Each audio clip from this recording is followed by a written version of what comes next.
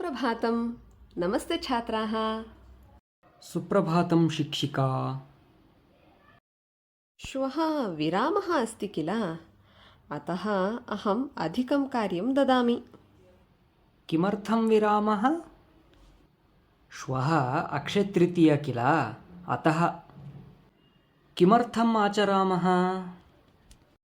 वैशाखमासस्य शुक्लपक्षस्य तृतीये तिथौ वयम् एतं पर्वम् आचरामः। अस्मिन् दिने बहवः मङ्गलकरप्रसङ्गाः जाताः। एवं वा? किं किम् अभवत्? अस्मिन् दिने श्रीविष्णुः परशुरामरूपेण अवतारं स्वीकृतवान्। अस्मिन् दिने एव गङ्गामाता स्वर्गात् भूमिम् अवतीर्णवती। मम माता श्वः किञ्चित् वा सुवर्णं क्रेष्यामः इति उक्तवती। तथा किमर्थम्? उत्तमः प्रश्नः।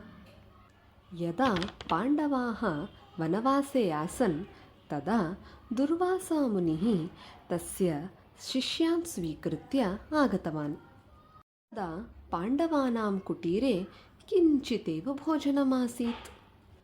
तदा सूर्यदेवः द्रौपदीं कृते अक्षयपात्रं दत्तवान्। एतत् पात्रं सर्वेषां कृते प्रचुरं भोजनं प्रदास्यति इति उक्त्वा अनुगृहीतवान्। अपि च वेदव्यासमुनिः गणेशः च अस्मिन् दिने एव महाभारतस्य लेखनम् आरम्भं कृतवन्तौ। इतोपि एकं महत्त्वम् अस्ति। श्रीकृष्णस्य मित्रः सुधामः निर्धनः ब्राह्मणः आसीत्। एकदा सः श्रीकृष्णं मेलितुं द्वारकाम् आगतवान्। तदा सः केवलपृथुकं दत्त्वा प्रत्यागतवान्। श्रीकृष्णः तस्य स्थितिं ज्ञातवान्। यदा सुधामः प्रत्यागतवान् तदा तस्य कुटीरस्य स्थाने भव्यप्रासादः आसीत्। एवं श्रीकृष्णः तस्य दारिद्र्यं दूरीकृतवान्।